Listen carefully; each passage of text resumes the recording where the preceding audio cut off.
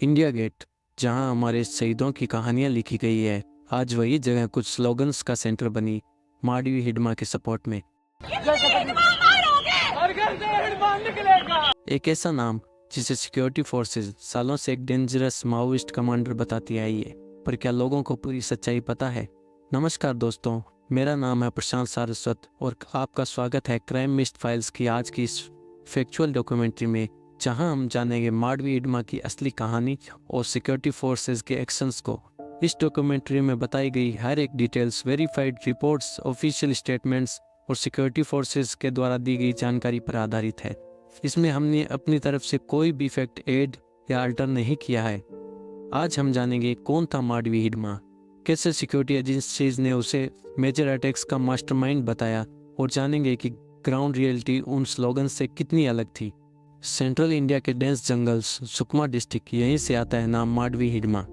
उसका जन्म एक छोटे से गांव गुंडे में हुआ, जहां जमीन पर अधिकार बहुत कम था और लोग अपनी रोजमर्रा की जिंदगी जी रहे थे। उसका परिवार आम किसान परिवार था। पिता का नाम रामलाल हिडमा, माता सीता हिडमा और एक छोटी बहन कमला। माडवी हिडमा, जिसे हिडमालू उर्फ संतोष के नाम से भी जाना जाता है, और वह बस्तर में माओवादियों का चेहरा था। 10वीं कक्षा तक की शिक्षा पूरी करने के बाद वह पार्टी में शामिल हो गया और सैन्य अभियानों और गुरिल्ला युद्ध का एक कुशल रणनीतिकार बन गया। बचपन से ही माडवी हिडमा ने अपने आसपास की गरीबी, भ्रष्टाचार और सामाजिक अन्याय को देखा था। ये सब देखकर उसके दिल में फ्रस्ट्रेशन और गुस्सा बढ़ने लगा। लेकिन यही परिस्थितियां कई लोगों के लिए हिम्मत और राष्ट्रभक्ति का सबब बनती है। एक मिसाल है मेजर धन सिंह थापा, जिन्होंने हिमाचल प्रदेश के एक छोटे से पहाड़ी इलाके से आकर अपनी हिम्मत और देशभक्ति से हर मुश्किल का सामना किया। 1962 के इंडो चाइना युद्ध में उन्होंने अपने प्लाटून को लीड करते हुए अपनी जान की परवाह किए बिना दुश्मन से लड़ाई की और अपनी वीरता के लिए परमवीर चक्र से सम्मानित हुए। माडवी हिडमा के पास भी वही परिस्थितियां थी, लेकिन उसने अपनी नाराजगी और फ्रस्ट्रेशन को हिंसा और गद्दारी के रास्ते पर ले जाने का फैसला किया। वो जंगल सर्वाइवल, एम्बुश टैक्टिक्स और गोरिल्ला वारफेयर में स्किल था और कई बड़े ऑपरेशंस का मास्टरमाइंड माना जाता है। उसके बारे में पब्लिक इंफॉर्मेशन लिमिटेड है, लेकिन सिक्योरिटी फोर्सेस के डॉक्यूमेंट्स में उसका नाम कई मेजर अटैक्स से जुड़ा हुआ दिखाई देता है। अब जब हमने जान लिया कि माडवी हिडमा था कौन और उसने अपना रास्ता क्यों चुना, समझना जरूरी है कि स्टेट क्यों इतना चिंता में था। एजेंसीज के मुताबिक हिडमा जंगल बेस्ड माओइस्ट ऑपरेशंस में सेंट्रल फिगर रहा। कई मेजर एनकाउंटर्स और एम्बुसेस में फोर्सेस ने उसका नाम सरफेस होता हुआ बताया, लेकिन पब्लिक प्लेटफॉर्म्स पर कुछ लोगों ने उसे विक्टिम या रेवोल्यूशनरी के रूप में प्रेजेंट किया। ये नैरेटिव और ग्राउंड फैक्ट्स का गैप समझना जरूरी है। अब समझते हैं माओइस्ट एम्बुश की खास टेक्टिक्स, जिसमें हिडमा माहिर था। माओइस्ट एम्बुश एक पैटर्न फॉलो करती है। ये पैटर्न सिक्योरिटी फोर्सेस ने कई सालों से डिकोड किया है। फेक इंटेलिजेंस सर्कुलेट करना, फोर्सेस को नैरो फॉरेस्ट लेन में खींचना, हंड्रेड्स ऑफ मिलिटेंट्स का साइलेंट पोजिशनिंग करना, पहले आईईडी ब्लास्ट, 3 से 4 साइड से सडनली फायरिंग करना, अटैक के बाद स्मॉल ग्रुप्स में वेनिश हो जाना। हिडमा को इस टेक्टिक का मास्टरमाइंड माना जाता है। इसी पैटर्न का एक भयंकर उदाहरण है 2010 का ताड़मेटला अटैक। 6 अप्रैल 2010 की सुबह सीआरपीएफ के 62 बटालियन के जवान और लोकल पुलिस एक एरिया डोमिनेशन ऑपरेशन के बाद वापस जा रहे थे। जब वो छत्तीसगढ़ के ताड़मेटला के डेंस जंगल से गुजर रहे थे, वहाँ पीएलजीए के कई 100 माओइस्ट मिलिटेंट्स पहले से छिपे हुए थे। माओइस्ट ने जगह जगह आईईडीज लगाए थे और अपने फाइटर्स को हाई पोजीशन पर रखकर कॉन्वॉय को घेर लिया। जैसे कॉन्वॉय एक नैरो जंगल पाथ पर आया, एक भारी आईईडी ब्लास्ट हुआ जिसने कई व्हीकल्स को नुकसान पहुंचाया। तुरंत बाद माओइस्ट फाइटर्स ने 360 डिग्री से तेजी से फायरिंग शुरू कर दी, जिसने जवानों को बैकअप मिलना मुश्किल कर दिया। जवानों ने हिम्मत से लड़ाई लड़ी, लेकिन इस ब्रूटल एम्बुश में 76 जवान शहीद हो गए। ये अटैक भारत के सिक्योरिटी फोर्सेस के खिलाफ अब तक का सबसे भयंकर माओइस्ट अटैक माना जाता है। इन्वेस्टिगेशन के बावजूद कई अक्यूज्ड माओइस्ट कमांडर को अरेस्ट किया गया, लेकिन जुडिशियल प्रोसेस अभी भी चल रहा है।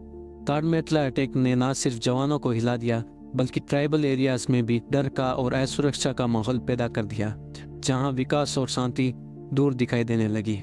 ताड़मेटला अटैक के अलावा भी कई बड़े हमले हुए जहां हिडमा का नाम आता है।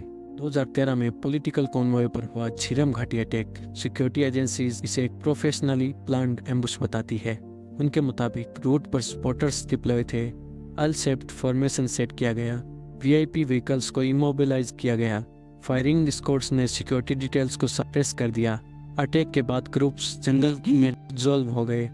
रिपोर्ट्स में हिडमा का नाम एक सस्पेक्टेड प्लानर के रूप में मेंशन होता है। 2017 बुरकापाल अटैक। बुरकापाल अटैक में 24 जवान शहीद हुए। सिक्योरिटी ब्रीफिंग्स में इस ऑपरेशन को एक हाईली कोऑर्डिनेटेड माओइस्ट एक्शन बताया गया। इन्वेस्टिगेशंस के मुताबिक डजन्स ऑफ मिलिटेंट्स गांव वालों की वेशभूषा में छुपे हुए थे। कंस्ट्रक्शन साइट का स्टडी प्लान किया गया और अचानक से क्लोज रेंज से फायरिंग शुरू हो गई। वेपन्स और वायरलेस सेट्स ले जाने का पैटर्न और फिर वही नाम हिडमा एक की सस्पेक्ट के रूप में रिपीट होता है। 2021 सुकमा बीजापुर एनकाउंटर, 22 जवान शहीद हुए, 30 से ज़्यादा इंजर्ड। सीआरपीएफ के स्टेटमेंट्स में कहा गया कि ये एक वेल लेड ट्रैप था। As per security agencies misleading intel circulate हुआ। फोर्सेस को एक ओपन पैच में लाया गया। हिलटॉप और बुशेस से 360 डिग्री रिंग फॉर्मेशन हुआ। फ्लैंकिंग टीम्स को कट कर दिया गया। अटैक के बाद मिलिटेंट्स स्मॉल ग्रुप्स में डिसअपीयर हो गए। हिडमा को इस रीजन का टॉप फील्ड कमांडर माना जाता है, इसीलिए एजेंसीज इस ऑपरेशन को भी उसकी यूनिट से एसोसिएट करती हैं। बट अगेन अभी तक ये एलिगेशंस ही हैं। इस जंग के बाद सरकार ने एक बड़ा ऑपरेशन चलाया जो माडवी हिडमा को न्यूट्रलाइज करने में सफल रहा। 18 नवंबर 2025 की सुबह सिक्योरिटी फोर्सेस ने आंध्र प्रदेश के मारेदुमिल्ली जंगल में एक बड़ा ऑपरेशन लॉन्च किया। ये जगह आंध्र प्रदेश, छत्तीसगढ़ और ओडिशा के बॉर्डर के पास है, जहां डेंस जंगल और डिफिकल्ट एरियंस है। सुबह तकरीबन 6 बजे गवर्नमेंट फोर्सेस और माओइस्ट मिलिटेंट्स के बीच एक इंटेंस फायर फाइट शुरू हुई। इस एनकाउंटर में माडवी हिडमा, जो भारत का एक डेंजरस माओइस्ट कमांडर था, उसे न्यूट्रलाइज कर दिया गया। माडवी हिडमा के साथ उसकी वाइफ राजे उर्फ राजक्का और कई दूसरे माओइस्ट साथियों को भी मारा गया। सिक्योरिटी फोर्सेस के मुताबिक माडवी हिडमा का एलिमिनेशन माओइस्ट नेटवर्क के लिए एक बड़ा सेटबैक साबित हुआ। सिर्फ जंग में नहीं, माडवी हिडमा के अटैक्स ने ट्राइबल इलाकों की डेवलपमेंट को भी गहरा नुकसान पहुंचाया है।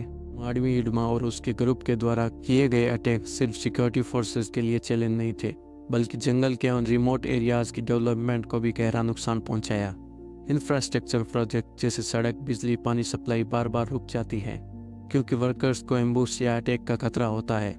स्कूल और कॉलेजेस की स्थापना और चलाना भी मुश्किल हो जाता है। कई बार एजुकेशन सेंटर्स को बंद करना पड़ता है या टीचर्स को सेफ्टी कंसर्न्स की वजह से वहां से जाना पड़ता है। इस वजह से वहां के बच्चे और युवा अपनी पढ़ाई अधूरी छोड़ देते हैं और गलत रास्तों पर जाने का फैसला लेते हैं। इसके जवाब में सरकार ने भी कई कदम उठाए हैं। सरकार ने नक्सलिज्म से निपटने के लिए कई तरह के स्टेप्स लिए हैं। सिक्योरिटी फोर्सेस ने स्पेशल ऑपरेशन चलाए हैं, जिसमें सीआरपीएफ की कोबरा यूनिट भी शामिल। अफेक्टेड एरियाज में सड़क, बिजली, पानी जैसे विकास प्रोजेक्ट शुरू किए गए हैं ताकि वहां के लोगों की जिंदगी सुधारी जा सके। माओइस्ट मिलिटेंट्स को सरेंडर करने पर रिहैबिलिटेशन और स्किल ट्रेनिंग दी जा रही है ताकि वे नए जीवन की शुरुआत कर सकें। ट्राइबल कम्युनिटीज़ में अवेयरनेस प्रोग्राम चलाए जा रहे हैं और टेक्नोलॉजी का यूज़ करके इंटेलिजेंस और ऑपरेशंस को मजबूत बनाए जा रहे हैं। ये सब एफर्ट्स मिलाकर ही जंग को जीतने में मदद कर सकते हैं। जब दिल्ली के इंडिया गेट पर स्लोगन लगे, कितने हिडमा मारोगे, हर घर से हिडमा निकलेगा, तब एक बात क्लियर हुई, नैरेटिव्स कभी कभी ग्राउंड रियलिटी को ओवरशैडो कर देते हैं। सिक्योरिटी फोर्सेस के डॉक्यूमेंट्स और स्टेटमेंट्स में जो पिक्चर मिलती है वो स्लोगन से कहीं ज़्यादा अलग होती है। ट्राइबल्स और जवान दोनों ही इस जंग के सबसे बड़े विक्टिम बने।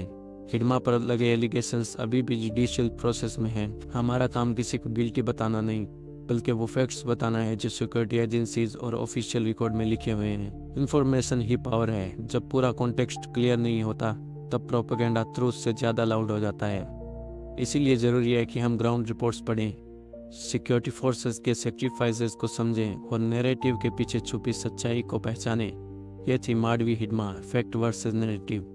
अगर आपको यह डॉक्यूमेंट्री पसंद आई हो तो हमारे वीडियो को लाइक एंड शेयर ज़रूर करें और हमारे चैनल को सब्सक्राइब करें और अपने थॉट्स कमेंट सेक्शन में ज़रूर लिखें। आपकी इंगेजमेंट हमें और ऐसे फैक्चुअल कंटेंट बनाने को हौसला देती है। धन्यवाद। जय हिंद, जय भारत।